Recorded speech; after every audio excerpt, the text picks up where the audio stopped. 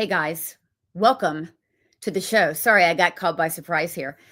So I've got a special show tonight. We told you about it for the last 24 hours, and it's a conversation with Dan Burmawi. He's from Jordan. He's also a very seasoned, experienced academic in the Christian world, which is very unique. He's in America now. He comes to us via Jordan, then Lebanon, and he's a former Muslim and now Christian in the nonprofit world. And he does this all the time for a living. This is his profession, breaking down and explaining what is Islam. Is it different from being a Muslim? What's its, if any, connection with extremism? And look, we're all here in the U.S. We've seen Islamic terror attacks here.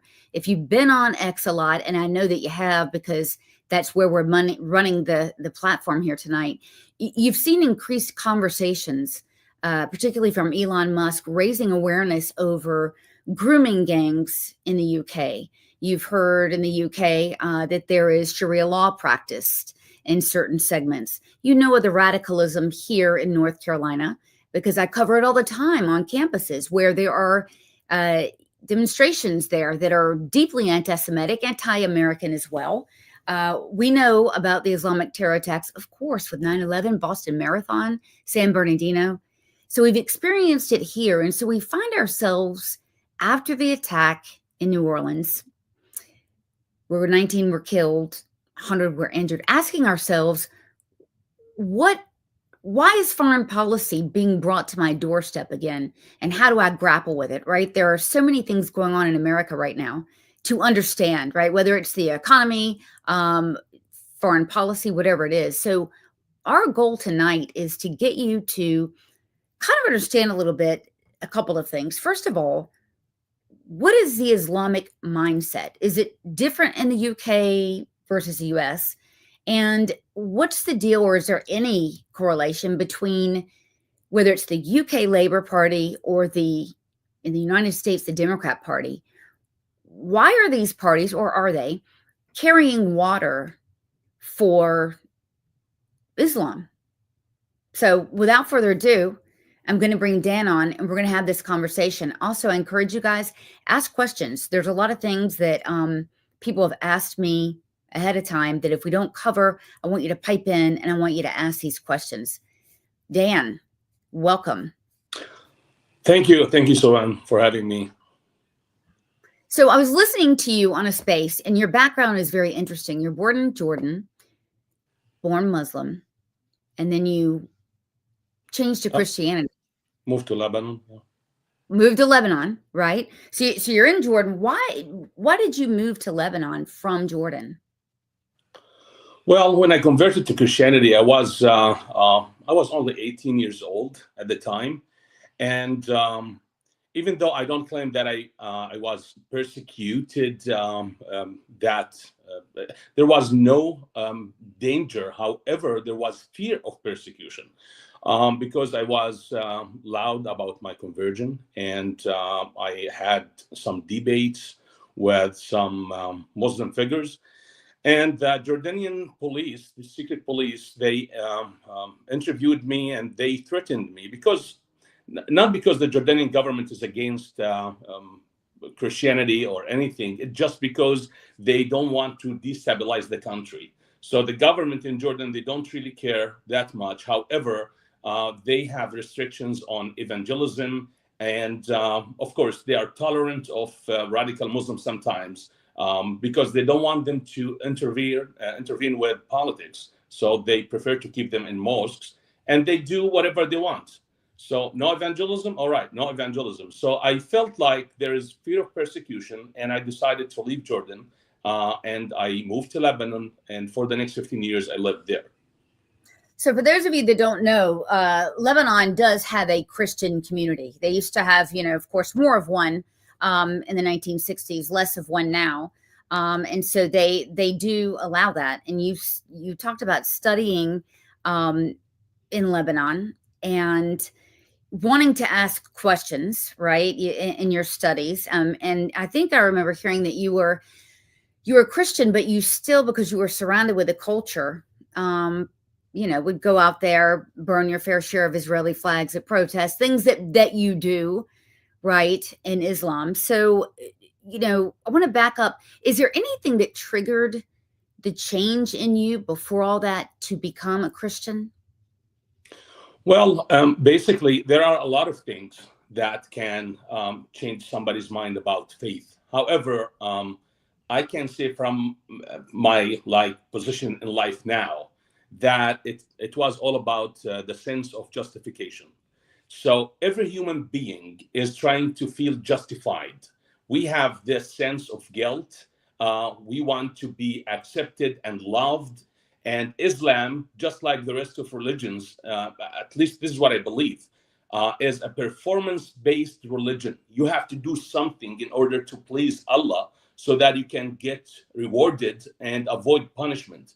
And Christianity provided something different than that. It's not performance based. So basically, I would say that I converted because there's no way to please Allah in Islam. Even if you go and become a jihadist, you join ISIS, it doesn't matter. At the end of the day, you will find yourself unable to please Allah. And there is the threat of hell, eternal hell, and torture in grave, and all of these, the fear-based environment that Islam promotes all the time. So yeah, the trigger at the beginning was the violence and the moral compass, the corrupted moral compass in Islamic history that led me to read more. However, my conversion to Christianity is connected to my seeking of justification and acceptance by God. Okay. And so, yeah, I mean, we've heard from a lot of adults that have, screwed up lives, and they'll say, you'll ask them, what do you relate it to? And they'll say, well, my mother, you could never please her enough, right? You could never do enough. And it's a toxic relationship. That's why I work in this field, because I believe that whatever you believe about God will manifest in your life. And I'm not talking about individuals, I'm talking about nations.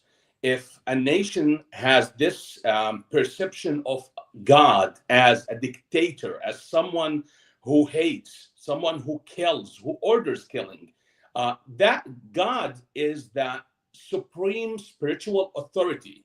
So you can never surpass the supreme spiritual authority in your life. If your God hates, if your God has enemies, then there is no way that you can be loving of everyone. You will have to have enemies, because you cannot be better than God himself. So that will manifest in your life, not only on this level, but on different levels. The way you choose your leaders, who is going to lead the nation, is a direct manifestation of how you see Allah, how you see God. That's why in Europe, after the Protestant Reformation and the war that resulted out of after that, European people were fed up with the church and with the government, and they end up relying more and more on science, and that led to transformation in Europe. So this is what I'm trying to copy in the Islamic world. I need people to approach the sacred text with a different perception, different mentality. As long as they're afraid of touching the sacred, they will never question it. And so this is what I live to do. So you talk about the heaviness of the Islamic culture, and what you've said about it is it's sort of a slavery mindset where, Golda Meir said, we were only going to have peace when Arabs love their children more than they hate Jews. And that, for me and for a lot of families, most families, we love our kids, we have our jobs, we have things to do. It doesn't really leave a lot of room to put people on our target list and plan on how we're going to collectively ruin the lives of folks. But you talked about just being hammered with that when you were in Jordan, and then you were in Lebanon, and then when you went to the UAE, it was a bit different. Can you tell us what that's like? Well, first of all, let me clarify this. Everyone in the world is trying to worship a god in a different way. Even atheists, they have gods. Themselves.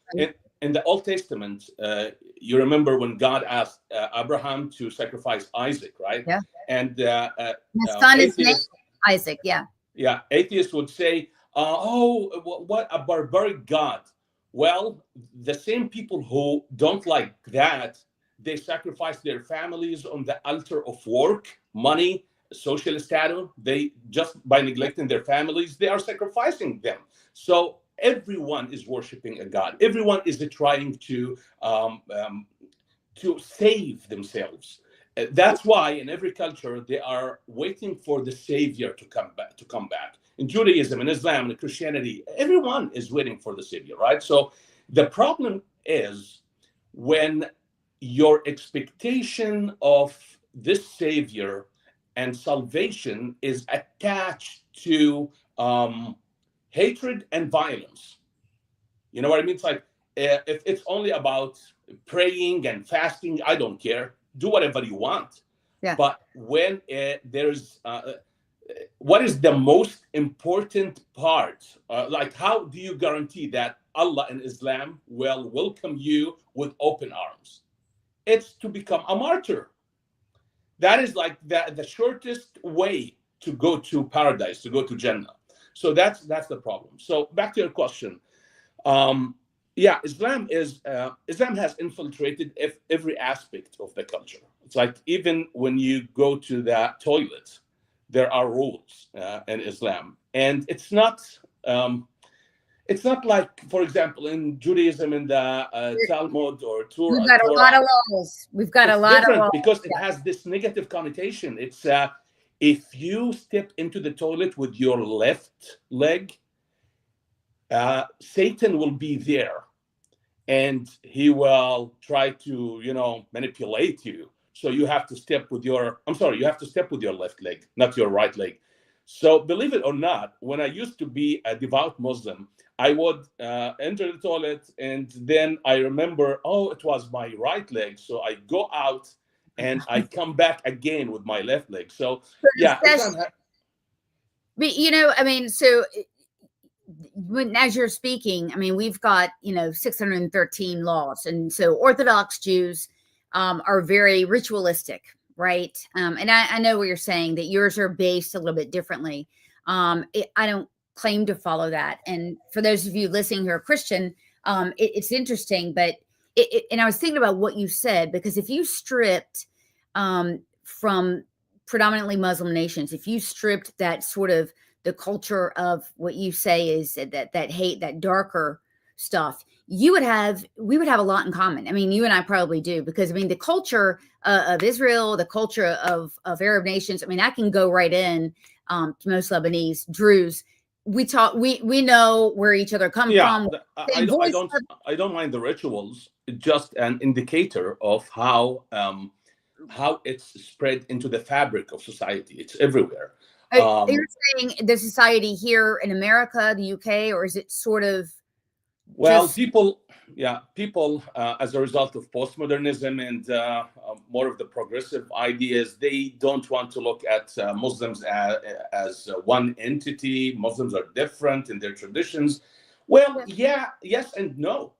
They're different in some cultural traditions. However, when it comes to theology, it's from the same source. So at the end of the day, you will have the Quran and the most authentic books that follow the Quran, and they are the pillar of Islam. We have Bukhari and Muslim recording the sayings of Muhammad, and we have the interpretations, Qurtubi, Tabari, we have the biography of Muhammad and his friends, Ibn Kathir, Ibn Hisham. So it's the same sources. So let me ask you this. Yeah. What I hear you saying, I believe, is that look, when Jews want to get more religious, you're not going to see them plan to kill people, for instance, when You, Christians get yeah, more like, you'll take the plate and bury it in your backyard to purify right, it, right? It's like, yeah, yeah, right. So you're saying, what I believe I hear you saying is that if you really want to get more, and this is kind of bears out in the testimony of some of these terrorists that they go and they interview, post hoc, that they became more religious and it led them to extremism. So mainstream Muslims that maybe they're not as connected and they're not as religious versus very religious, we will I will see. tell you, I will share this story with you. I've read it somewhere. In the 1960s, in the 60s, the Israeli army did this operation. They went to Brazil and they extracted one of the Nazi officers, and they brought him to Israel for to go to court. Right. And one of the survivors of the Holocaust, when he entered the courtroom to testify against that officer, the Nazi officer, and he was in a glass box inside the court. And this is like a true story. And when he entered the room and he looked at the officer and saw him, he fainted, and they just, took him to the hospital. And a few months later, he was interviewed by 60 Minutes, and they asked him, "Why did you faint? Was it because you remembered that pain and suffering?" And his answer was surprising. He said, "No, I fainted because when I saw him, I saw a human being. I always thought that he was a demon." So the moral of the story is we are capable of doing horrible things. Every one of us. Yeah. If you have Humanism. if you are in the right environment under certain conditions, we are capable of doing the same thing, like the worst criminals in history. Why I'm saying this? Now, in Islam, because you need to please Allah. You need to gain His favor. Like in every religion, you're trying to be accepted by the Right. highest authority, highest spiritual authority. Now, when I was in school, there was somebody in my class who was a bully. He would bully me every day. He turned my life into a nightmare. Okay, so how do I fix that? I need to gain his favor. I need to please him so that he can, just stop bullying me. Yeah. In Islam, Allah is like a bully. He is, if you read the Quran, it's like, "I will send you to hell. You will burn. I will destroy your life. I will torture you if you don't obey me. If you are not fighting for my cause, if you So are not on my side." hellfire and brimstone all the time. All the time, all the time. I remember as a young boy in my village, when somebody dies, we go to the graveyard, and then they bury that person, and then the sheikh or the imam starts talking after they bury him. In Christianity and Judaism, they read the psalm, or it's beautiful, it's calm.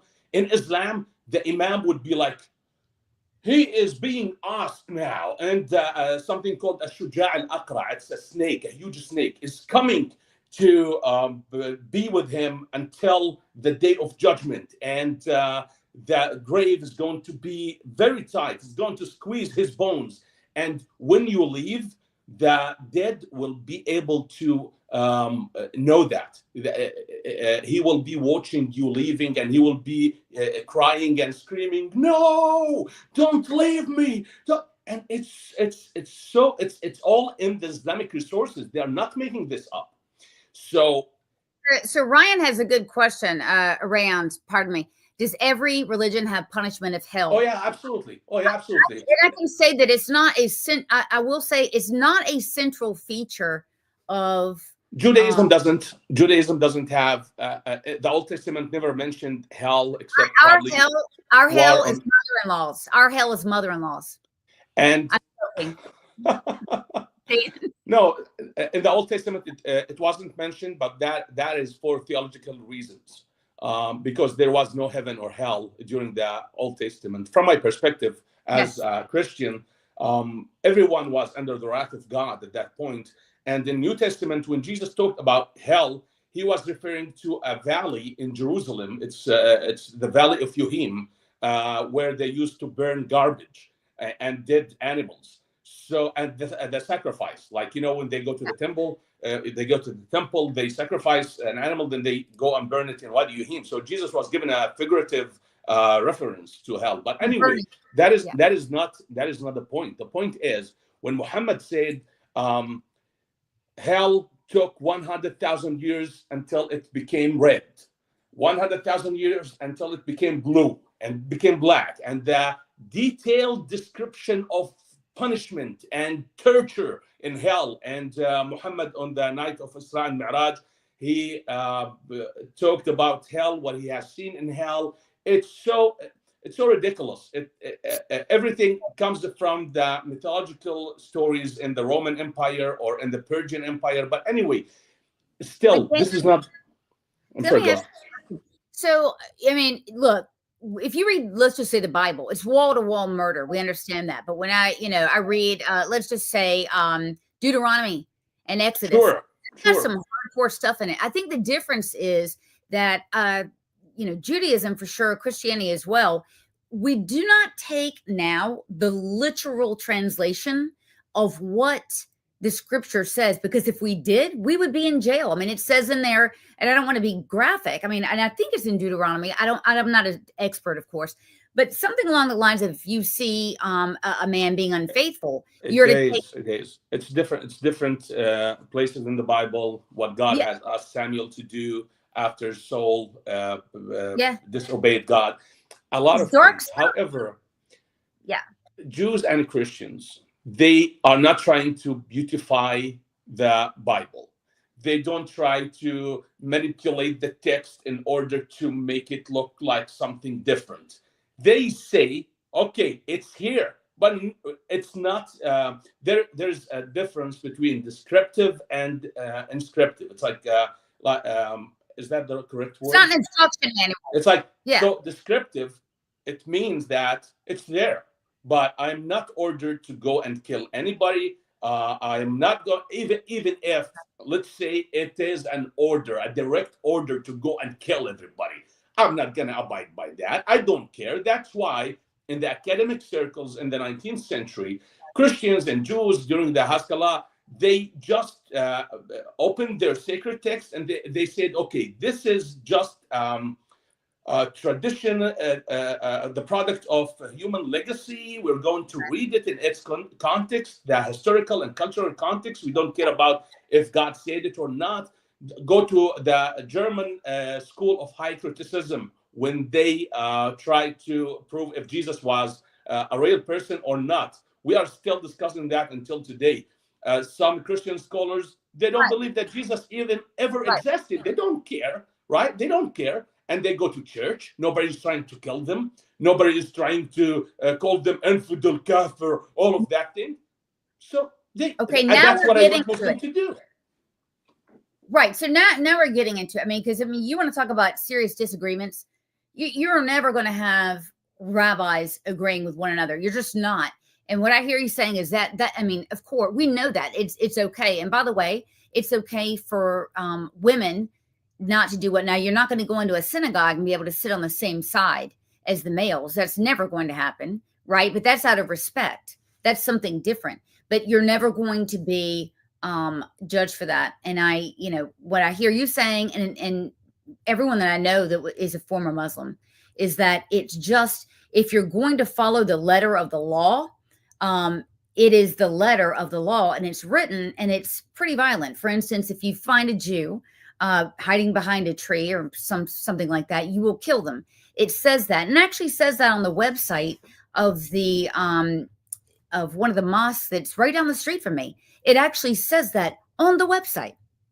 Yeah. And so, well, it's, here's the thing. It's like, again, I want to emphasize the fact that no one is better than anyone else. We are human Yeah. beings. We're similar. It's only the environment that we find ourselves in, and how Yeah. we are raised, and what do we believe about the word and about ourselves. The problem is in Judaism, if how do I pronounce your name? Sloan? Sloan. Sloan. Okay. If Sloan says today, I don't believe in the God of the Bible. I don't believe in this anything in the Old Testament. Nobody's going to kill you. Nobody's coming for you. Nobody is going to threaten your family. Mhm. However, if you're a Muslim I and you see. say, if you're Salman Rushdie, you write something about Oh, Quran, they yeah. will tell you, they will come for you after 30 years because you insulted Quran. Now, here's the thing, very important. Many Muslims in the world, they think because Islam is the real religion, Jews and Christians, they don't care when Charlie Hebdo insults their figures, their Jesus or their Allah or God, whatever. They don't care. They But don't we believe we have care. a real. No, Okay. it's not valuable for you. Sloan doesn't value her faith. It's just she knows that Islam is the true religion.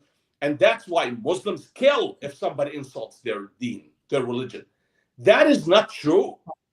Judaism has martyrs. Christianity has martyrs in history, all over history, all Oh, yeah. through history. They love their faith.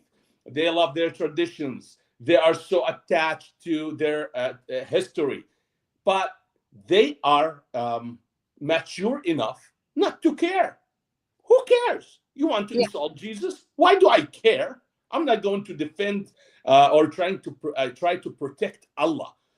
He is the creator of everything, including the DNA and the galaxies and everything. So he doesn't really need me to So, go and kick right. somebody's But ass these because guys, I hear what you're saying, but if you take it to extremes, they're out here being a defamation lawyer, if you will, and enforcing defamation in speech, which is very interesting because I bet you when you converted to Christianity and went to study in Lebanon, if you expressed any positive affect at all for Jews or even a modicum, you might have been killed actually for being a suspected Mossad agent. I mean, you cannot do that in the Arab um, world. Period. of course, it's especially with the influence of Hezbollah. Yeah. It was growing over the years, but believe me, among Christian circles, they don't want any conflict with Israel. Christians in Lebanon, the majority of them, um, after 15 years of living in Lebanon, they don't care about the whole conflict. They would love to see peace between Lebanon and Israel. But the problem is, again, it's with the influence of the Islamist groups. In the 70s, it was the Palestinian movements and Sunni Muslims and the nationalists who stood and fought alongside the Palestinians and used Lebanon as a launching pad against Israel. And in the 80s, we had Hezbollah, and then we had Syria in the 90s, and Iran just took over the Lebanese politics since then until Bibi Netanyahu ended them, which is a great thing. But I'm not sure where we are going now. A lot So, of I mean, speculations. the, guys, and if you're not familiar with the distinction between Sunni and Shia, I mean, we're talking about deep from time immemorial, mortal conflict, mortal enemies. So nothing unites the Muslim world or the Islamic world like hatred for Israel. That is the one thing, in hatred for Jews. That is why you've got leaders in key areas. You got a dynamic here, Dan, and you know this. You've got this great uniter, and yet you're not allowed to wear the keffiyeh in the UAE. As a woman, you cannot wear the keffiyeh, which I'll show you in a minute, guys. It's a black and white fishnet pattern. Or if you're in Jordan, it's red. But you're not allowed to wear that in Egypt. I mean, people look. Leaders know in these countries, and you said it yourself, that is a symbol of it may be a unifier for the Arab Federation, but within a country, these leaders know that it's a symbol for we're going to take over your country. They know what the Arab Spring is. So it's interesting. You're going to find keffiyehs everywhere here. I'm going to play a couple videos and show you guys. But you damn sure will not see that allowed in Arab nations. Am I right? So basically, the Palestinian cause was made up to achieve certain agenda for different groups. Okay. So in the Muslim Brotherhood, when they started in the 30s with Hassan al-Banna, they were disappointed by the fall of the Khilafah in Istanbul. It was the first time in history they don't have Islamic Khilafah. So they wanted to reestablish the Khilafah. And since then, it's their goal until today. That's why Muslim Brotherhood, It's a caliphate.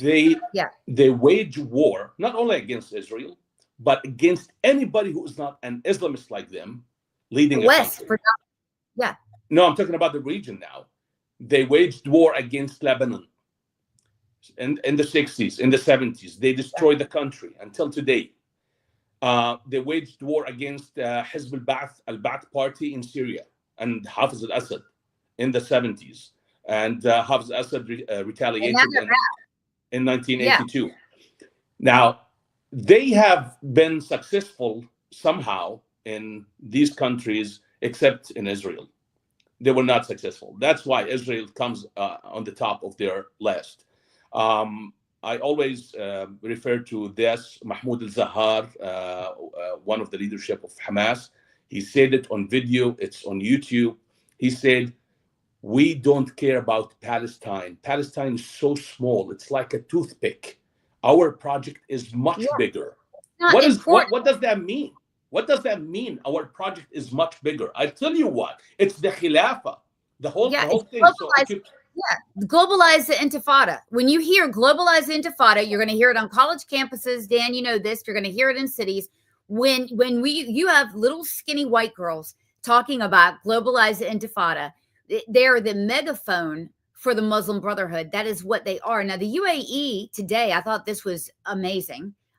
Just put 19 different groups, I think, of the Muslim Brotherhood, different sectors out. And it's hilarious because they're all in the UK. So now you have the UAE putting on basically a terror watch list groups. Oh, yeah.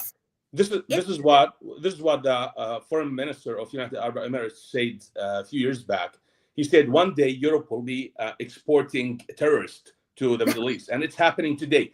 And there are many reasons why this is happening, but basically, we have the left advancing the agenda of Muslim Brotherhood because the radical left and everybody was talking about this. You're it's in America.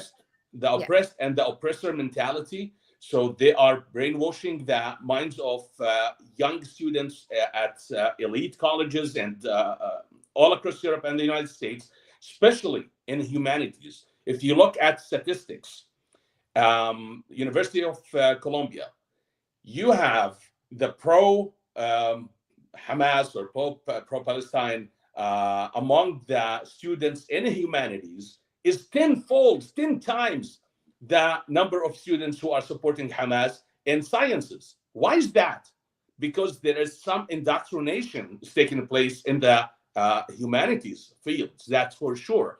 So, this mentality of oppressed versus oppressor, Palestinian or Hamas is the underdog, Israel is the monster, and it's connected to too many different narratives. That's why they cannot deal with it separately, because you have socialism and capitalism, you have the colonization, you have the white guilt, slavery.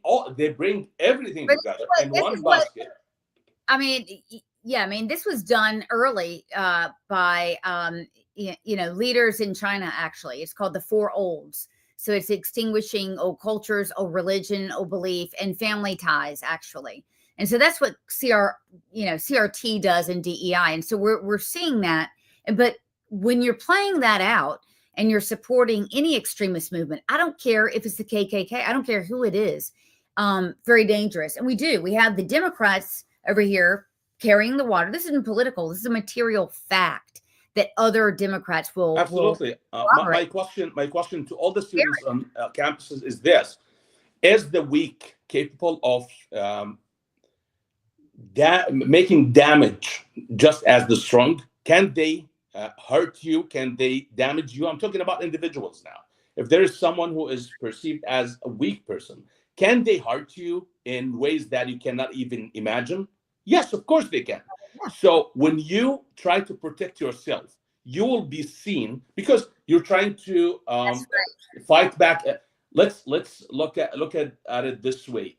Um, if there's a small insect that's trying to kill you, and it's very small, and you're fighting with it, and somebody's watching, they'll say, "You're crazy. You're right. crazy. Are you?" It's like, you don't know. It could kill me. So now you have to explain to everybody that you're not a crazy or you're not committing a genocide. They're Right. killing me. They're killing me. What do you want me to do? They kill me on October 7th and they go and hide behind women and children. And now you want me just to step back and do nothing because they're weak? Because I'm a great nation, I'm a great power, because I have nuclear weapons and I have a great economy. And because, what are you talking about? They're trying to kill me. I'm going to fight back. It doesn't matter. So it happens to Jews here. It happens to me. I defend myself. People don't like it when Jews defend themselves because somehow, I mean, I'm 5'3". I'm a tiny person. I don't know how I got to be the big bad, whatever. But anytime, Jews defend themselves, it becomes a problem. Here's another thing too. As we know, millions, I think now over the last decade of Christians are being slaughtered regularly in places like Egypt and all the time now in Africa. And they're Black. Right. And no one is talking about the plight, sadly, of these victims here in America. They're Black, they're Christian, but they're being targeted. It's only when Jews are targeted, and it's only about land. That land is not very. I can't say only Jews. I would say also the West. It's a war against Western values in general. Definitely. But of course, the main target is the Jews. But I mean, whenever you have like the justification, the reason why they are not going to protest on streets for the Christians in Nigeria, for example, is that the U.S. government is not supporting the Nigerian Muslims. So it's not America who is supporting that and who is making it possible. But let me tell them this. Israel doesn't need the U.S. The Jewish people have been fighting since 3,000 years. They will always find a way to defend themselves and to survive. It's not the U.S. It's the Jewish spirit that keeps them going, because they. It's like you can not imagine that after the Assyrians, Babylons, Egyptian, Romans, Greek, Arabs, Europeans, everybody tried to eradicate the Jews. You will never be able to eradicate them. So it's not about the U.S. sending some funds or some weapons. It's about the Jewish spirit. They cannot crush it. And that's why they need to look at this from a different perspective. Yeah, go on. Yeah, I hear what you're saying. So Ryan's putting up a question about Palestinians. I want you to explain. Let's talk about Palestine. Sure. And what I want to show you. Actually, let me get this share screen up. Let's see. Oh, we never have it right when we actually need it. Tell me what this is and where this came from. Does this represent a country? Well, everybody thinks that this is the Palestinian flag, and they're waving it all over the world. Of course, now they're using it to support Hamas, unfortunately. But I want them to Google Arab Federation 1958. When Jordan and Iraq decided to join forces and become one country in response to Jamal Abdel Nasser unifying Syria and Egypt, just go ahead and look that flag up, and you will be surprised. This has nothing to do with Palestine. There's nothing such as Palestine at that time. 1958, no Palestinian flag, no Palestine. It's only the Arabs who were the remnants of the Arabs in the British mandate over the historical Palestine. So these Arabs who were living there in that in that certain spot. So just to explain it better, okay, we had the Ottoman Empire occupying the Middle East. Okay, there's no Lebanon, no Syria, no Israel, no Iraq, no Jordan, no Palestine. There is no countries there. It's only the region. The whole region is called different. It's like the Levant. There was different sanjaks leading the different regions. Palestine and Lebanon, for example, the southern Lebanon was part So this of. is a federated. Is this like an Arab federated symbol? The What are Arab you talking symbol? about? At that Well, at that time, yeah. no, at that time it was for hundreds of years. There was the Ottoman. Before that, the Mamalik. Before that, we have the Umayyin, Abbasiyin. So it's only the Khilafah, and they are ruling this certain region. Now, after the fall of the Ottoman Empire, let's start with Lebanon. The patriarch of the Maronite Lebanese, he had an agreement with the French General Goro, and they created Lebanon. And the patriarch, there's like Christian majority there, but he didn't want to isolate Christians in order to protect them. He wanted to bring people from different backgrounds. That's why they established the so-called Greater Lebanon. So now we have Lebanon established, excellent. Moving forward, Syria. France wanted to make it 5 states. Different movements in Syria, they said, no, we want 1 state. So they made it 1 state. Iraq, the same thing. Jordan, same thing. The Jewish people, they said, okay, we want a state. You look at Patriarch Kahwayit, he got a state. Look at Syrian people, they got a state. We want a state. Yeah, 57 Arab states. And by the way, they didn't come in the 40s. They didn't come in the 30s. In 1907, they built Tel Aviv, 40 years before the establishment of Israel. So the Jewish people in that area, they said, okay, we want a state, just like everybody, like Lebanese, Syrian, Jordanian. And okay, Britain said, okay, of course there was a Balfour promise. Of course, there was Theodor Herzl and the Zionist movement. But I'm talking now about what happened later, how it was accomplished, how it was brought to fruition. So now we have Israel and we have the Arabs. And now the United Nations came and said, okay, the partition plan, okay, this is for the Jewish, this is for Arabs. Arabs said, no. We want to take everything. We want the whole thing. And 5 different Arab armies came together to wipe Israel off the map, throw Israel in the Mediterranean.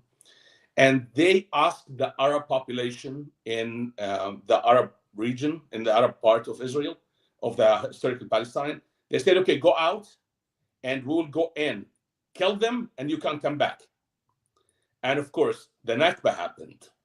Yeah. 650,000 people left, and the Arab armies were defeated, and they couldn't return. However, 850,000 Jews were forced out of their home countries in Lebanon, Syria, Iraq, Yemen, Morocco, Egypt. Yeah. Now there was an exchange there. Okay, you're sending us 850,000 people. We're sending you 600,000 people. Okay, we're not going to call our Jewish brothers and sisters refugees. We're going to give them citizenships, and they will be living with us here. And of course, you have confiscated everything they own, their homes, their businesses, everything. So anyway, now can you take 600,000 in their countries? Yeah. And the Arab countries said, no. We're gonna keep them in camps. We're gonna call them refugees, and we're going to paint this victim narrative that we're going to pass from one generation to generation. And we're going to utilize the Palestinian cause for different purposes and projects. The Muslim Brotherhood will utilize it in a different way than Iran. Iran will use it in a different way than Bashar al-Assad or Hafiz al-Assad and the nationalists. Jamal Abdel Nasser would use it, and different. Everybody is using this cause. It's a very good cause. And you know what? You made an excellent point. It's absolutely true. It's not just about us Jews. So you're going to be seeing this. What you're looking at now is a disruption, and they're all over the place, disrupting Christmas. Okay? This isn't just about Jews. This is about, now we're getting into Jesus territory. Listen, Sloan, listen. I am from Jordan. If you ask the Christians in Jordan, they will say, we're not persecuted. We're living a good life. We have all the rights. And of course they do. However, they don't have freedom.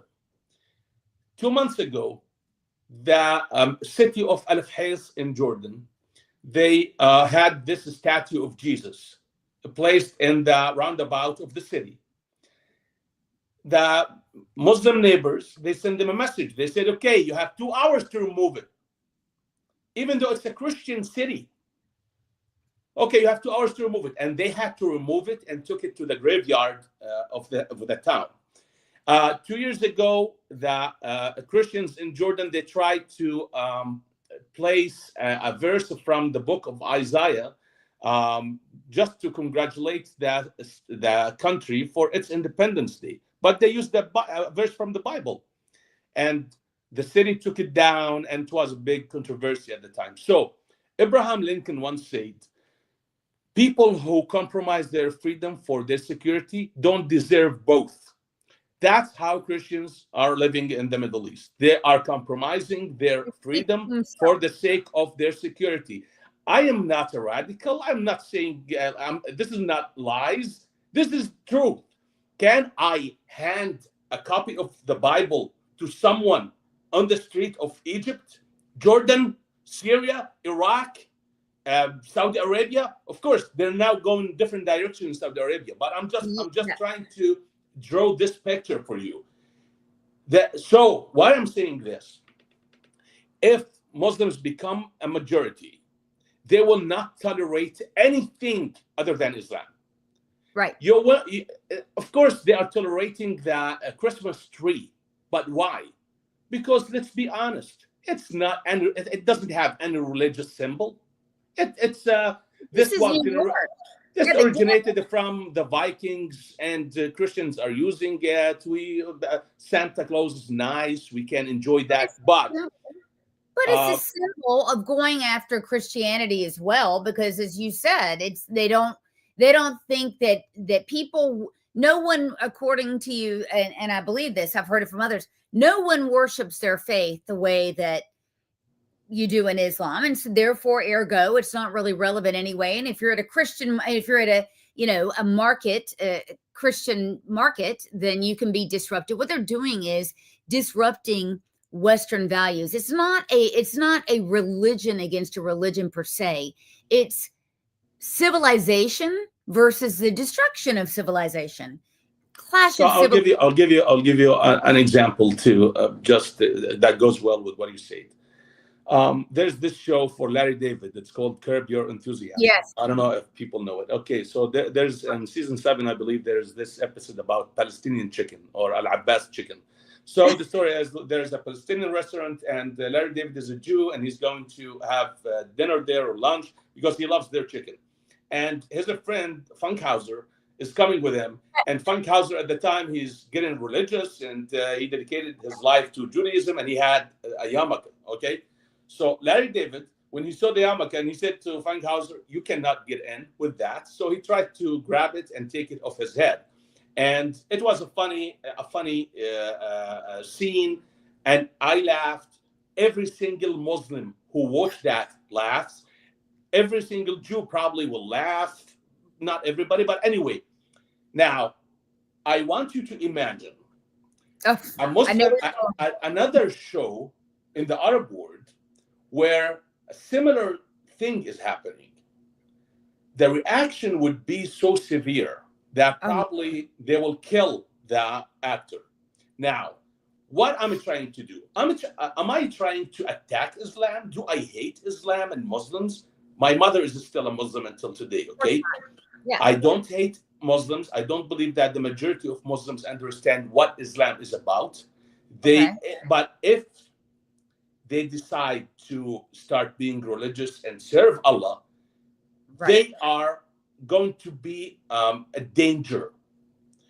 That danger is going to hurt me and hurt many other people. So I have to do this because I want my people to be able to um, like be faithful to God without hurting anybody else.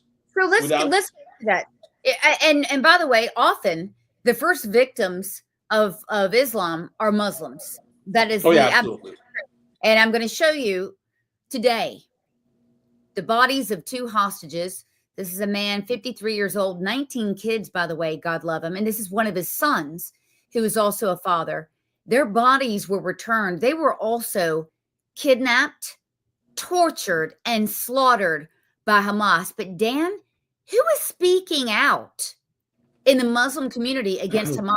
Because you But and I both know that's going to be, well, actually, less in Israel. There's 2 million Arabs, guys, that are living in Israel, and you can protest. You can do, whatever you want. But my point is, I'm sorry, you're showing me two guys from Israel who were killed by Hamas, and you think that's this is a they're Arab. tragedy?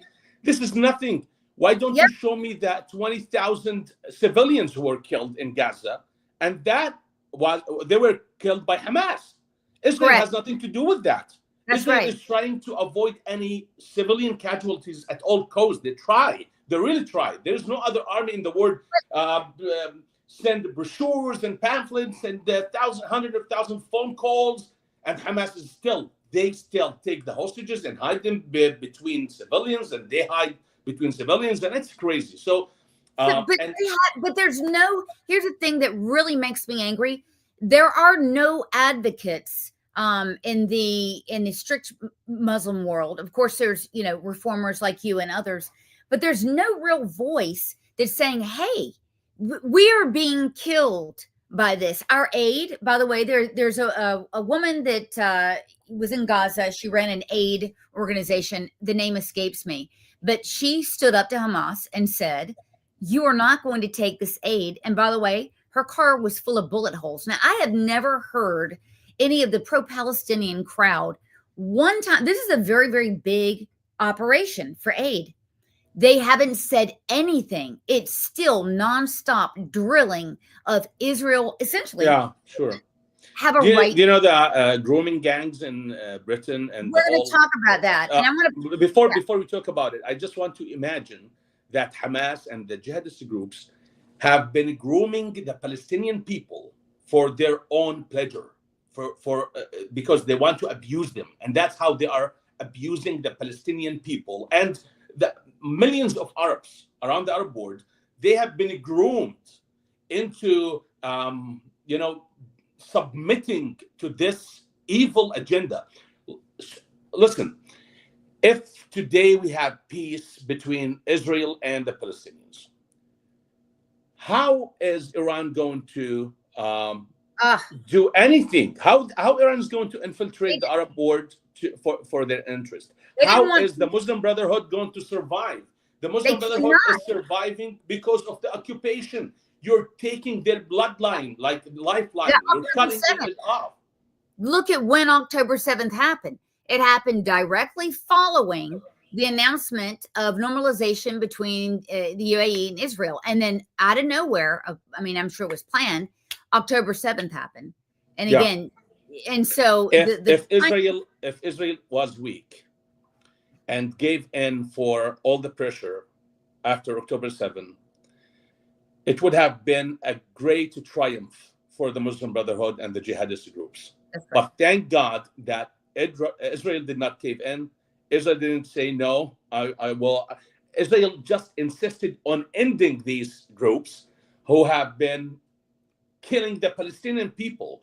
And the first victims of these groups are Muslims, not people of Israel. You know why? Because the people of Israel have a powerful government, a powerful state to protect them. Right. Of course, there was something on October 7, but usually, in general, Israel is strong. They can protect. By the way, they protect. But who can protect the Palestinian people from Hamas? Nothing. Who can protect the millions of people who are sold out to this agenda, to this ideology of death and hatred and violence and lies? I mean, listen, we know that if you entertain hatred in your heart against anybody, against your neighbor, for example, it's going to make you sick, right? It's going to make you sick, and you're advised not to do that. Everybody talks about that, human development and the marketing and whatever. People You are have a talking about collective. You have a collective doing it. Imagine the collective hatred, the entertainment of collective hatred toward Generation. Israel. It's Yeah. being manifested in, and trust me when I say this, it's being manifested in economy. It's being manifested in politics, in social life, how people raise their children, how people have the relationships together. Everything is connected because once the standards fall, once it's like there's no, Blame the you Jews. cannot be selective when it comes to certain things in life. Like you cannot have a loving, happy society that entertains any kind of hatred. Of course, you can disagree. You can. It's like that's what's happening in the U.S. That divide when Americans reach the point they're hating each other. Everybody was talking about this is We the end don't of the empire. but we don't dehumanize. I want to get back to what you said. When dehumanization makes anything possible, is what happened during the Holocaust, and it is that sort of singularly focused hatred where you don't look at me as a person, right? I'm not human, therefore I would deserve any type of treatment that you would give out, and I think that's what you're talking about, and it becomes there's not You're that. worthless. Your life is worthless because you're not a Muslim. Your life doesn't mean anything because at the end of the day, infidels, according to the Quran, don't have any value in themselves. If they don't convert, their life is nothing, and they're going to hell anyway. So that And kind, I want to say, yeah, and I want to say this from our perspective. I mean, both you and I mean, I've got Muslim friends, and I will tell you, when this happened October 7th, we're not speaking. That wasn't my decision, right? But it just underscores that. But we have friends, we have neighbors, we have coworkers that are Muslims and that are not subscribing to this. And so I do reject the notion that, every Muslim oh condones yeah, this. absolutely, absolutely They not. do not. I'm talking Yeah, about the theology itself. Now, right. here's the thing. When people travel and they live in different countries and they go to schools, they go to colleges, they meet new Yeah, people. Sometimes they are overwhelmed with the reality and the experience that they don't yeah. have to apply the theological, spiritual part on that relationship, and especially that many people. Um, okay, I want to really be careful what I'm going to say here. Listen, if you believe in that you have to do this and you don't do it, you will end up with what? Guilt feeling, right? Now, Absolutely. when you feel guilty and you're so guilty because it has been so long that since you have abide by the laws, you give up. You don't feel like there's no hope. You become hopeless, right? That's why hopeless Muslims are the great Uh, Muslims. They're the great Muslims because they don't have any possibility of fixing things with Allah. So that's why they can be good friends with the Christian Jews and they can eat pork. It doesn't matter.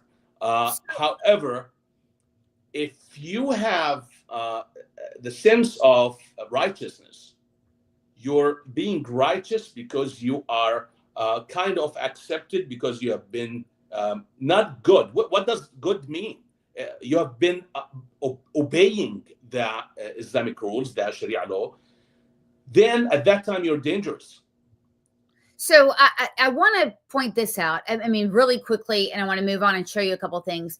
I've I noticed that I forgot the perpetrator's name, and I don't really want to say it here, of New Orleans, but the guy, American citizen, and had a family, and I guess he wrote down some things before he died and said, look, I could either kill my family, Yeah. or I could do this terror attack and I'll go out with a bang. And by the way, I've read many cases where, in fact, a guy just got arrested recently where he literally, Muslim guy, hired a hitman to kill his 6 kids and wife.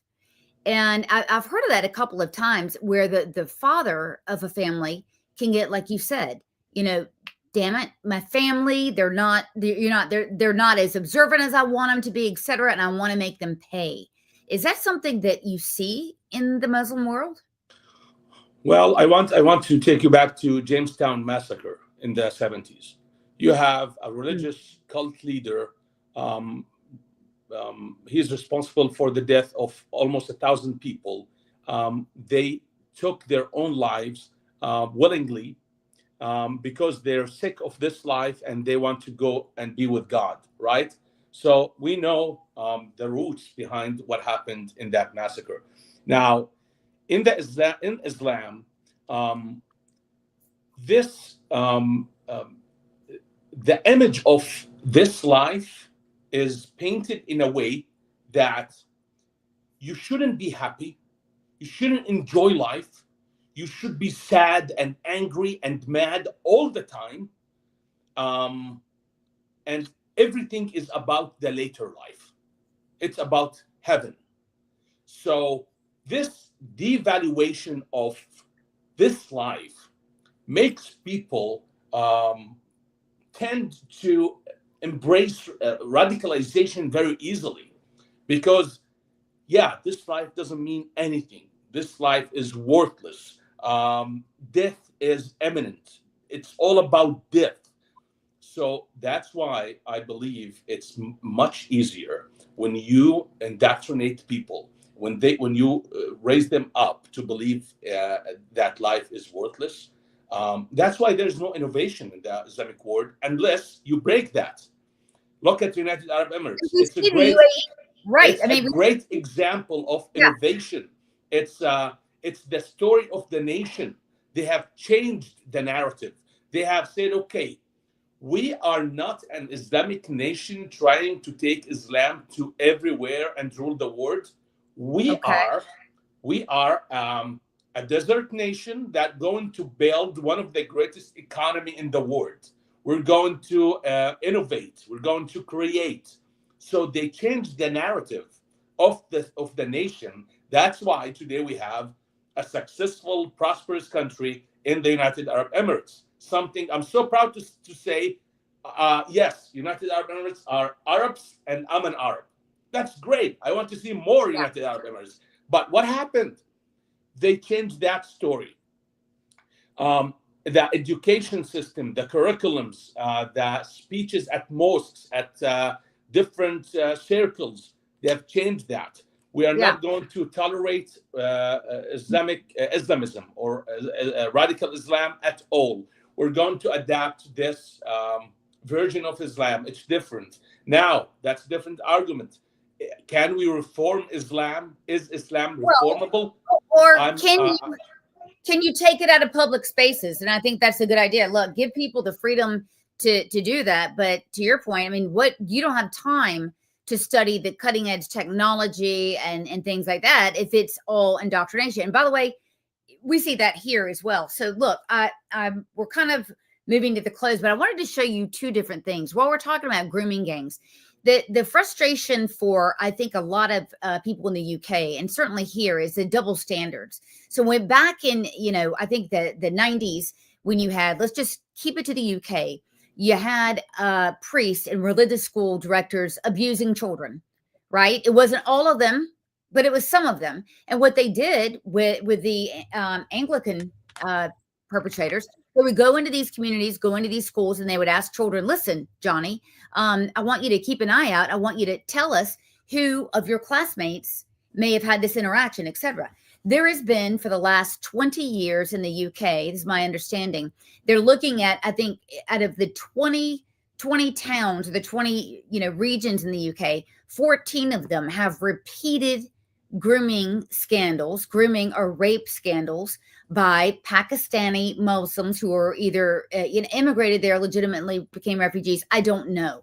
So when given the chance to do this with Christians, the UK did the right thing and willingly looked into it. But for fear, legitimately fear being called and viewed as an Islamophobe, my understanding is upward of 10,000 girls across that time period could have been victimized. So I'm going to play this for you. This is a guy, you're going to recognize this guy. I don't quite recognize him, but he's justifying, saying, look, from the Quran, we've got the green light to do this. Let me show you. At all. We think that it's just because we have a different idea of what it means to be a child, which can be tracked historically. But now, if the situation has changed, we'd say that the general principle in Islam is, you can do what you kind of want, so long as, I'm not going to say you can do what you want so long as you're harming. You can marry whomever you want to marry, so long as it doesn't cause them harm, physical and psychological. So, for example, if I marry a 100-year-old woman, or Sneeko, if you marry with your tank top a 100-year-old woman, and you get involved with her intimately, she might die. I mean, she might have some kind of health problem. So we would say that, well, if you were to be intimate with a 14-year-old or 13-year-old who's got huge hips and huge breasts and huge body, I mean, quite frankly, we would say it's not going to have the same effect medically. I mean, no one can make the argument. But in these countries where we live in now, one is legal and one is illegal. So, in other words, you can't marry a 100-year-old woman, but you can marry that girl that's, you can't be. You're a pedophile if you go for the girl that's got the hips. And once again, pedophilia is very relative. Wow. This is Muhammad Hijab. Famous guy. Listen, Sloan, let me tell you this. In the 16th century, John Calvin, the founder of the Reformed churches in the world, he's one of the most important figures in the Protestant Reformation in Europe. And he was the governor of Geneva for a while. But here's the thing. In the 16th century, there was a heretic, a guy who didn't believe in the Trinity. And the disciples of John Calvin, they came to him and said, he's a heretic. What should we do with him? Can we burn him? And he said, okay, you can burn him. Now, why did he give that order? Because the Catholic Church at the time would burn any heretic. Anybody who was in disagreement with the Catholic Church would be burned. Now, here's the thing. If you go to the Presbyterian Church today, which was founded by John Calvin, he's like their prophet, okay? And you ask them, what is something that was so shameful that Calvin did? They would say, killing Servetus. That guy was the guy they burned. His name is Servetus. No single Presbyterian would say, oh, killing Servetus was justified and, he did it because of this and that. No, they would say, no. Everybody was a criminal at the time. They would kill each other. And anyway, we love this guy, but he made something horrible. Now, here's the difference when it comes to Islam. I don't care if the Islamic resources have violence, pedophilia, whatever. I don't really care at all. You know why? Because 1,500 years ago, there were a lot of horrible things going on in the world. The Byzantine, they were violent. Everybody was violent at the time. Kingdoms were fighting all the time.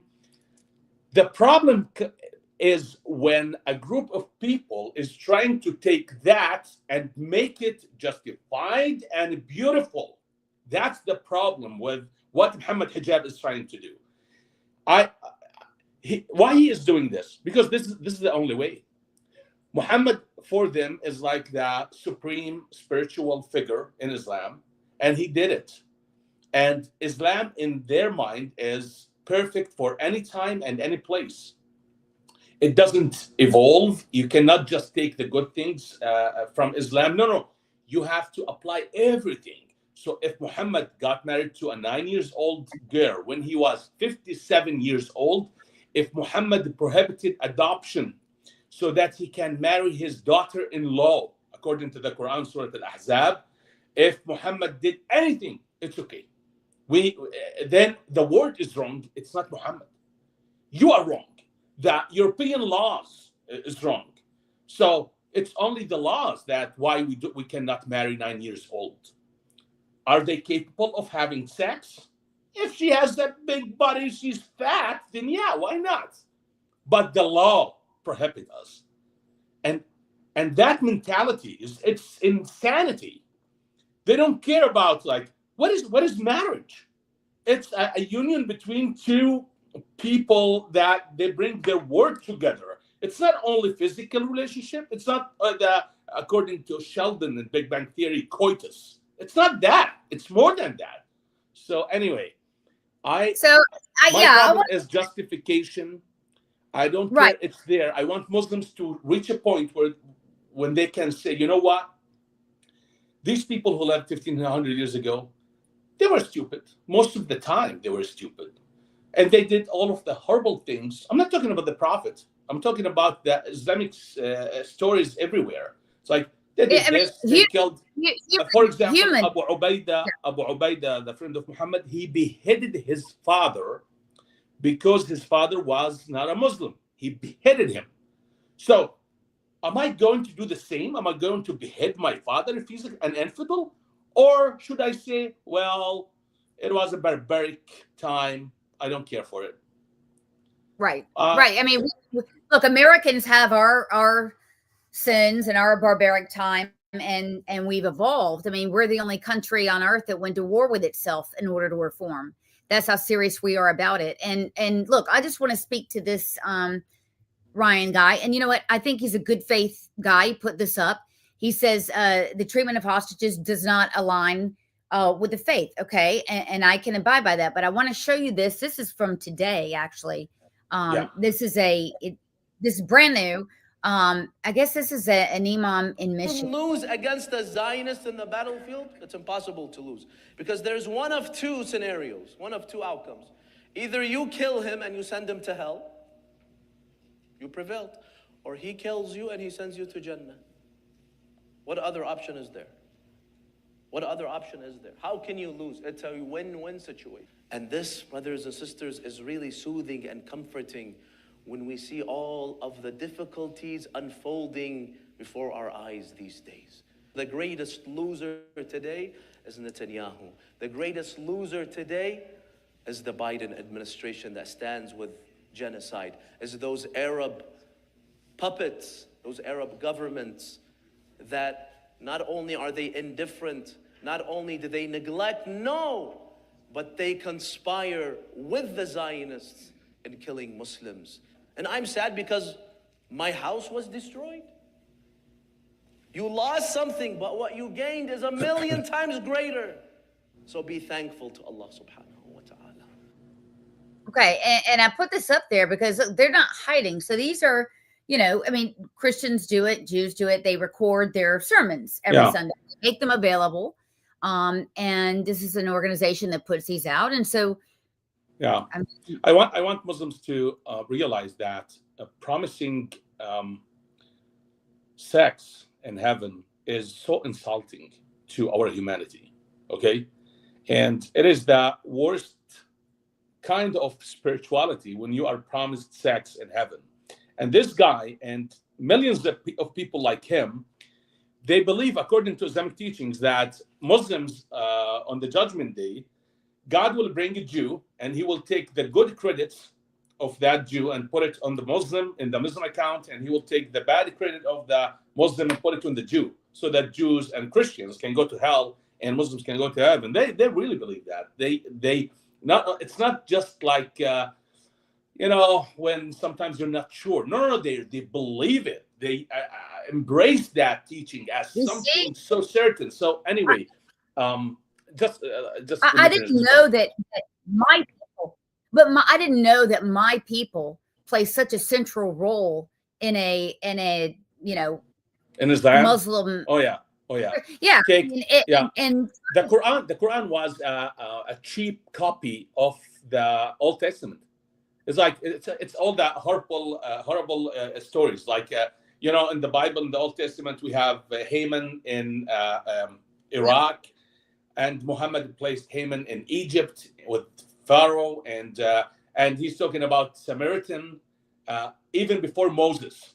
It's crazy. It's just a crazy mix of historical errors. Anyway, so I've never read, I want to but respond to to something. let Many me look that up Muslims, again. Ryan, if I pronounce it wrong. yeah, many Muslims like Ryan. They use many verses from Quran that is really beautiful. You know, there are some beautiful verses in the Quran. Here's the problem. There is something in Islamic law. It's called abrogation.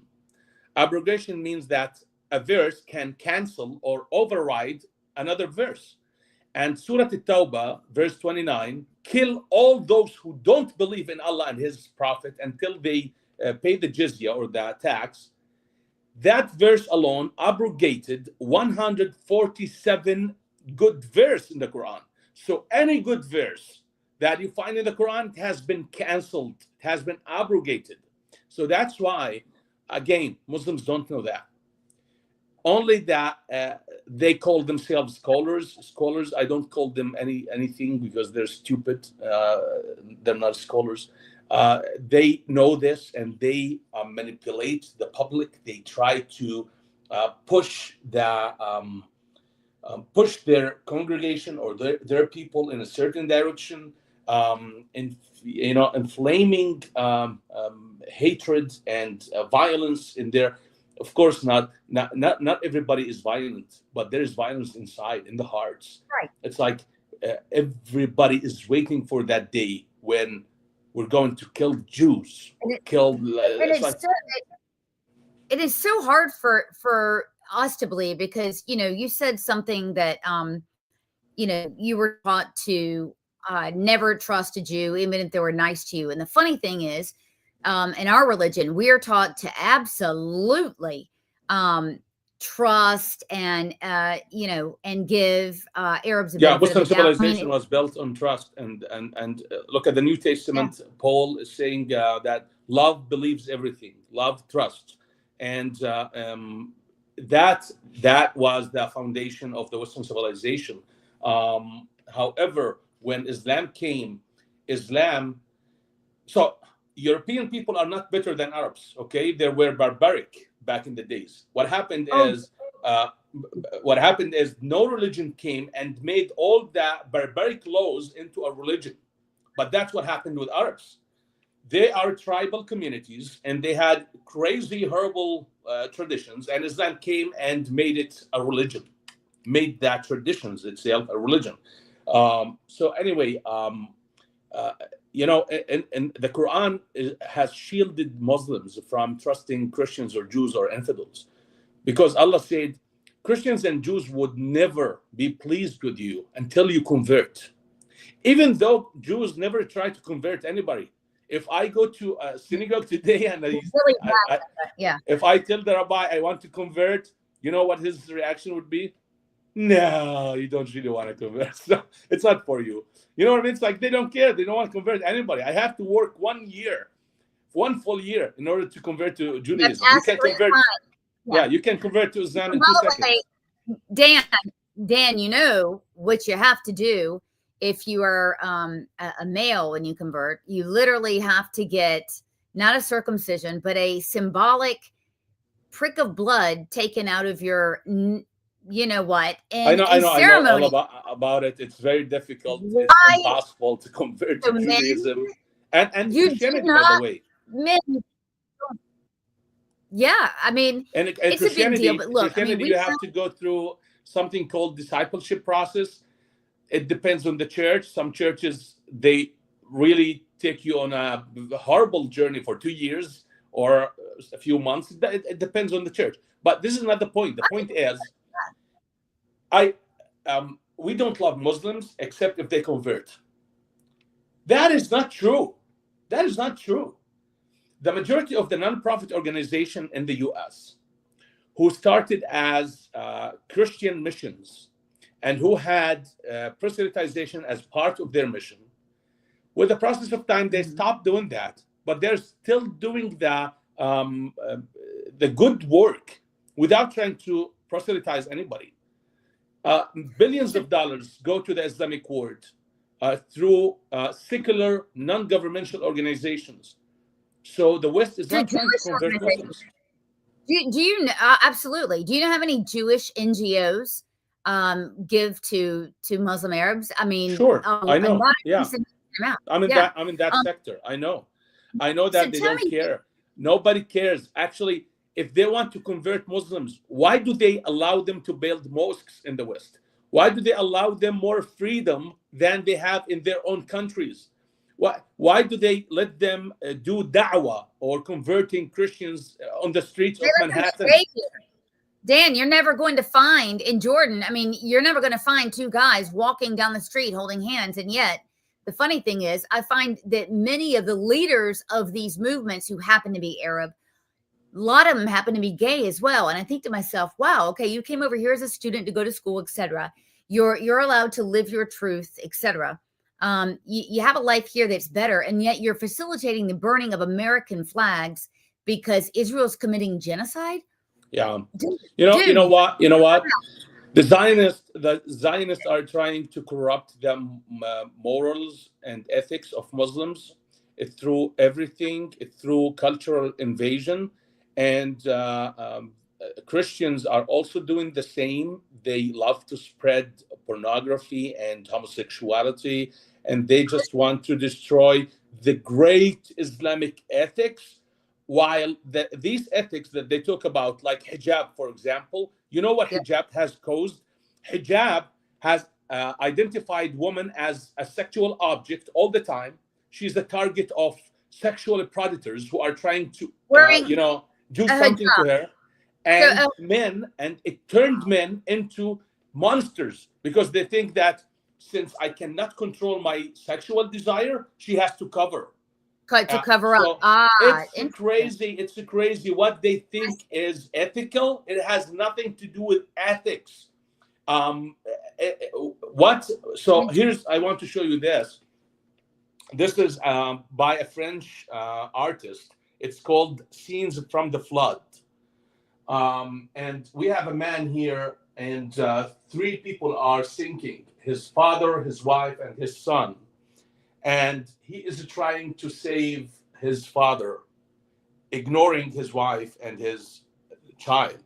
So the French artist who painted this in the 16th or 17th century, he wanted to criticize the European society, which was trying to save its tradition by destroying or sacrificing its present and the future. I believe the Islamic world today represent this. Muslims are trying to save their traditions, their religion, by sacrificing their present and their future. And they do that not only by sacrificing their own present and future, but also by plotting to sacrifice other people's future and present. They're trying to destroy Europe for the sake of saving Islam. Islam cannot be saved. Islam in its radical version cannot be saved. So anyway, just one more question from Ryan. Thank you for these, by the way.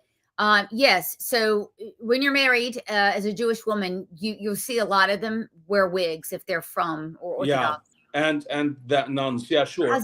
Ryan, I appreciate your questions. Let me answer you. Listen, if hijab was about keeping the society in good shape and, stopping sexual harassment and decreasing the sexual desire, I won't argue against it. Whatever, I don't care. But here is the thing. According to Islamic law, Malikat al-Yamin, which is the, when Muslims go to war and they bring, they take women back, they call them Sabiya or Malikat Yamin. She's not allowed to wear hijab. Actually, she's not allowed to cover her body except from the navel to the knee. That's it. If she tries to cover her breast, she will be beaten. And this happened. Umar ibn al-Khattab, actually, he punished Malikat Yamin for covering her breast. Now, This is modern times, or no, this is the old days, but that's what they want to bring back. ISIS brought it back. ISIS brought it back, and they did it with Yazidiyeen. Now, hijab is a political symbol. It's not about like decreasing sexual activity or haram activity. That's not true, because today human beings are evolving. We have reached a point where people are having sex the least in history. Go and read the studies about in this. America. And everywhere, America. people are not interested in it because we are growing intellectually, and people are becoming more. Actually, Friedrich Nietzsche said God is dead 100 years ago. Today we have more spirituality, not more religion, but more spirituality than ever. People are digging and searching for spirituality and satisfaction everywhere. So anyway, we're growing. We're not animals anymore.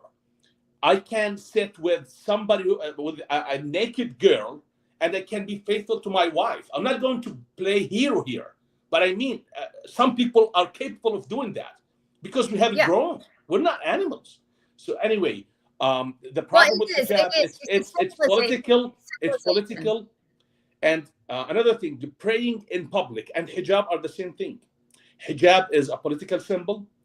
Praying in public is a political symbol. Because why do you pray?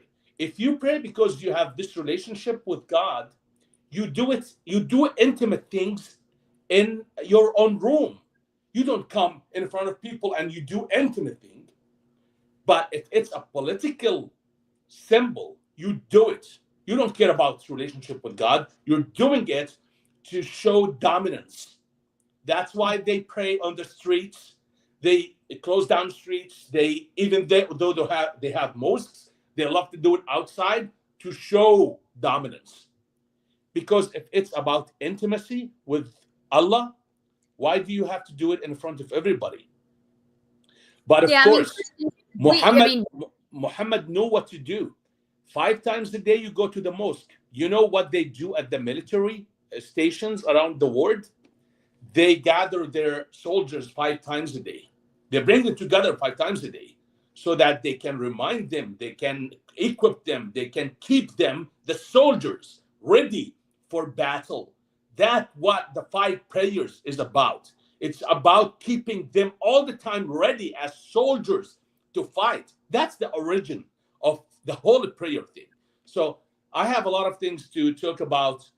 Briefly, I want to say only this. I want Muslims to approach their sacred text in a different way.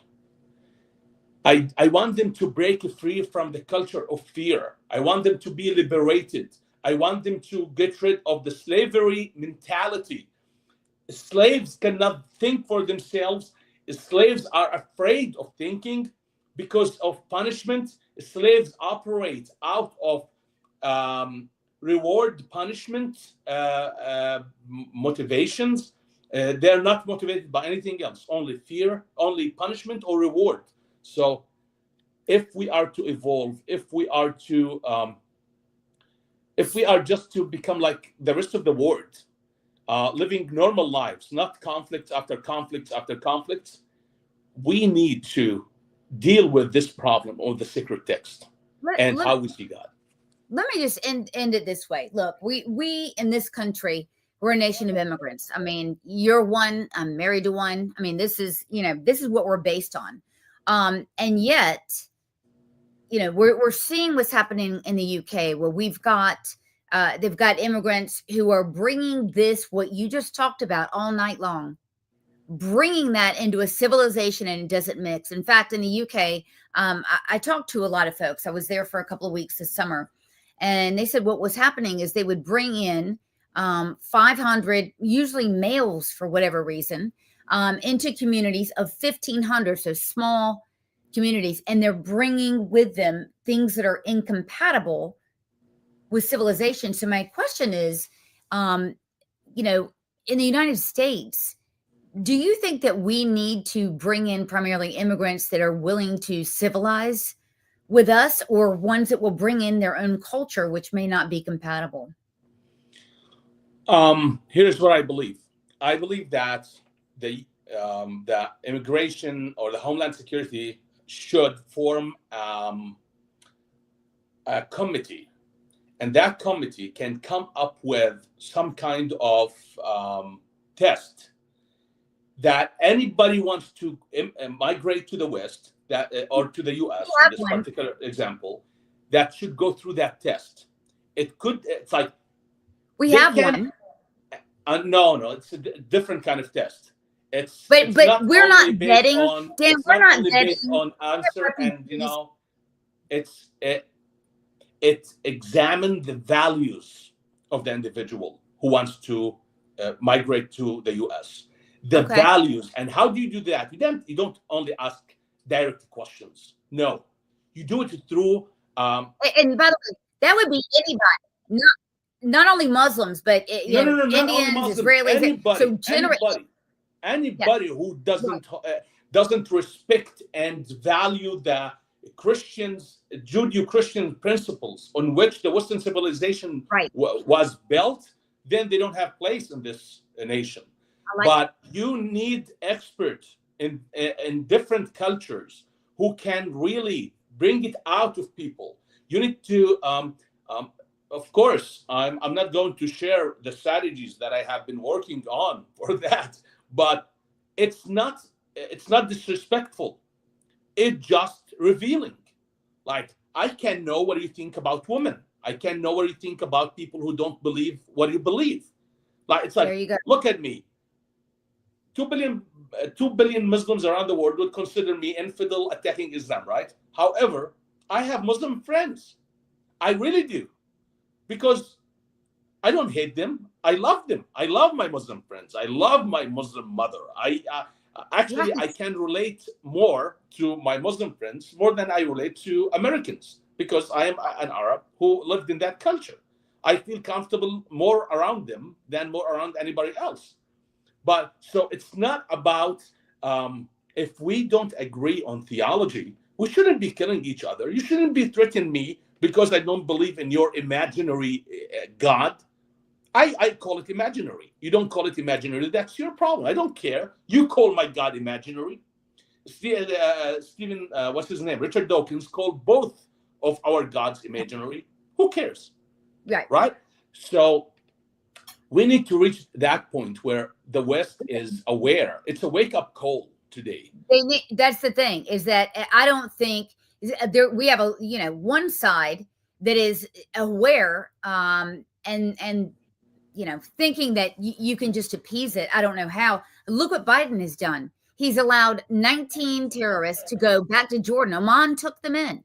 These are guys that have said, when I get out of here, I'm going to kill people, still let out. And so these are the things that the Democrats doing. I'm not making it political. It just they've made it political, right? And so we really need to take that seriously here. We're a nation of immigrants. We need to understand, and by the way, have no compunction whatsoever getting these people with F1 visas and J1 visas.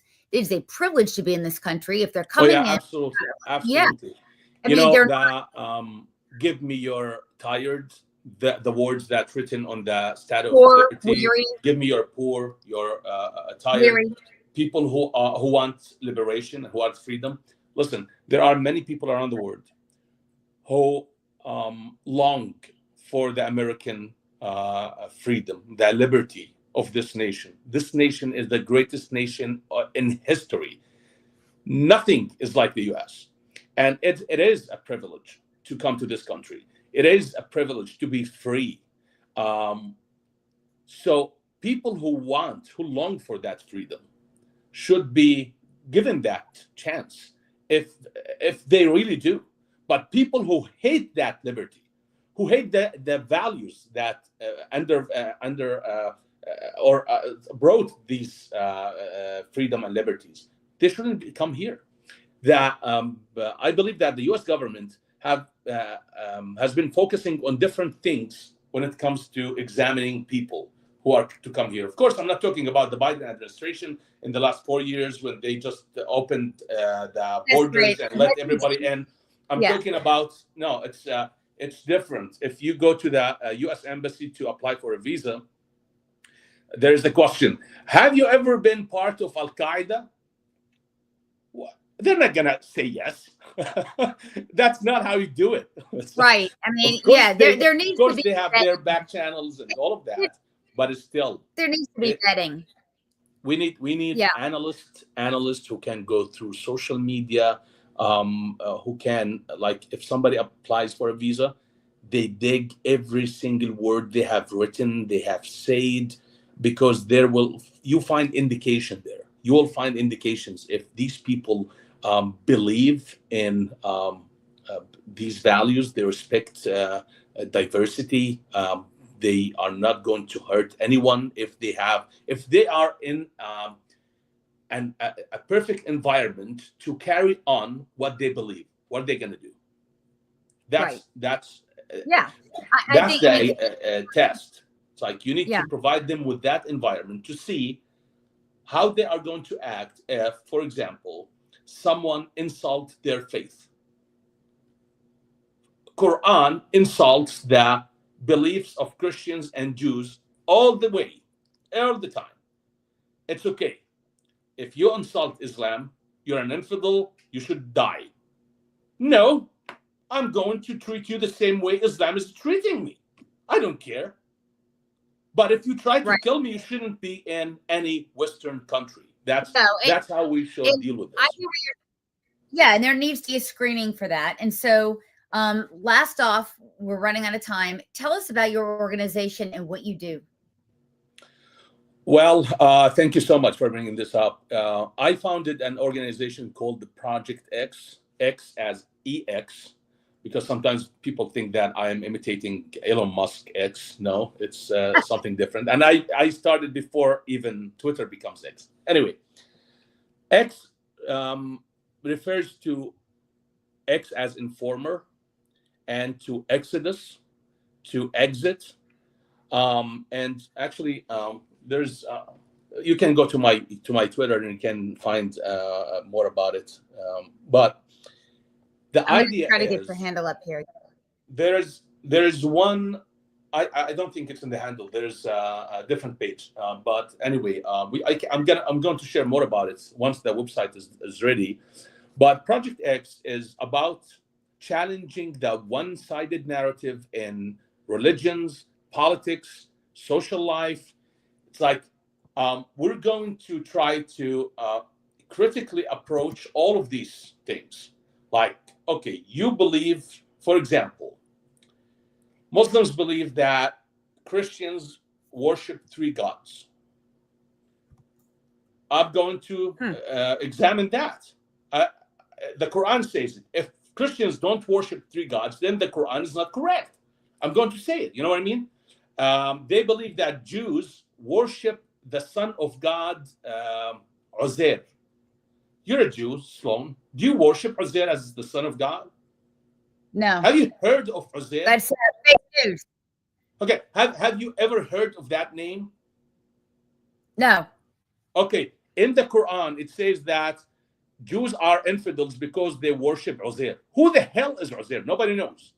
And Muslims believe it as a fact. It's a fact. Dan, I didn't want to admit it because I felt a little guilty at first because you said it with such conviction. I'm like, never heard of the guy. Yeah, you never heard of it. Yeah. And of course, then why Jews are infidels? They worship one God. They worship the same, supposedly, they worship the same Islamic God. And so, because he is the God of Abraham, Isaac, Jacob, David, everyone. So why they're infidels? What is the problem in that? If they don't worship Uzair as the son of God, they have no Uzair. So it's kind of Project X is going to challenge all of these things in order to promote critical thinking and acceptance, building in bridges, because people are more important than religions and dogma. You are, as a person, you are more important than some kind of dogmatic belief. Doesn't matter what that belief is. this is Jesus in the New Testament. He said man is more important than Sabbath. And this is a principle that I want to take to the Islamic world. I am more important than your imagination of the prophet, your perception of the word. It's only thoughts. I'm more important because I'm real as a person. And because you're more important to me than, it's like I can cherish and value my belief. I love my faith, but I'm not going to hurt you if you don't respect it. You can mock Jesus or mock the Bible as much as you want. I'm not going to do anything to you. So what I hear you saying, we need to celebrate what we have in common rather than obsess over what we have different. And that's what we need to do. And I believe that we need a lot of that. And we don't even have to be religious to do that. I mean, and by the way, they call that being in a civil society after all. I mean, freedom and tolerance. Genuinely, not, I don't know what is the word in English, half-assed celebration. No, you have to do it. Okay, you have to do it. It's like you have to, it has to become part of your identity. So Project X is going to produce media on different topics, different things. For example, now we are producing a show on psychology. It's going to deal with the traumas, that generational traumas that push people towards radicalization. Why? The role of trauma and attachment. And so this is going to be one show. Another show, it's my show, Forbidden Talk. I did season 1 last October. Season 2 is coming this year. And we have a big project to produce an political animated show similar to The Family Guy, but it's going to be in Arabic. And that's funny. Here's the thing. It's very important we do that because we don't have anything like it in Arabic. We are going to cross all red lines. No political correctness, nothing. Respectfully, we're not going to insult anybody. But of course, some people will be offended. We don't care. We're going to do it. So it's going to be animated so that the actors couldn't be killed. They cannot kill an animated character. We're going to do it. So that's a big project that now it's in the phase of research and development. And hopefully we'll be able to produce it in 2027, 2028. Okay. Well, we're going to look for that. And lastly, you know that you look like Doron from Felda. Oh, yeah. Yeah. He's my favorite. He's my favorite. Yeah. I'm glad that there's season 5 is coming. So I don't think he was killed at the end of season 4. That's good news for me. And season 3 of Iran is coming out. I saw it, I was wondering. Humanizing Jews in Fauda, it made many people see Israel in a different way. So it's not only negative. It's not among Arabs. Yeah, it's not only negative. It's a two-way street. I've got a son that's was 13 at the time of showing him, and it had a lot of bad stuff in there. But the purpose was to humanize and to really bring down the complexity. This situation with Gaza and Israel, it is so complex, and anyone that comes through and says, definitively, I mean, this is it, you cannot imagine, because as you said, we're dealing with human beings who are all complex, who are all faulty, who are all, and at the end of the day, it isn't Jews versus Muslims or Arabs versus Israeli. It's human beings dealing with their own stuff. Yeah, I agree with you. People don't know that, but there was a very long enmity between Syria and Lebanon. And I had this friend who was fighting against the Syrians during the war. He's very tough. He doesn't war made him very tough person. And he would say, I hate Syrians. I hate all of them. I want to kill all of them. Okay, that's his mentality. strong language. And every time he meets a Syrian, he comes and tells me, I hate all Syrians except this person. And he kept on doing that for years. He have introduced me to 50 Syrians whom he loved, but he hates everybody. So you get the point? It's like, I'm not sure who can said generalize. this. Somebody said it's, I hate this person. Probably I should get to know him better. So the problem is when we generalize, so it's like, I hate all of these people. If you have somebody who's fundamentalist on the other side would say, I hate all Arabs, I hate all Muslims, or some Muslims, I hate all Jews, I hate all Christians. Now, when we get to know each other, we will find out that we don't hate. We don't really hate. And I have seen it in many cases. So I'm sorry that the word hatred was mentioned a lot in this interview, but it is We're passionate people. Very necessary. We're passionate people. All right. Well, I want to thank you very much for coming on. This won't be the last time. And actually, we're talking about having a space, by the way. Stay tuned to our Twitter accounts or our X accounts with Moshe on Sunday night with, interestingly, we're going to probably get ex-Muslims and Jews on there, and we're going to rap about this some more. But thank you very much. Hopefully you guys will get a bridge to understanding, and this won't be the last conversation. I can tell you that. I appreciate having me, and thank you so much. Looking forward. Thank you, Dan. All right. Have a great evening, everybody. Bye. Bye-bye.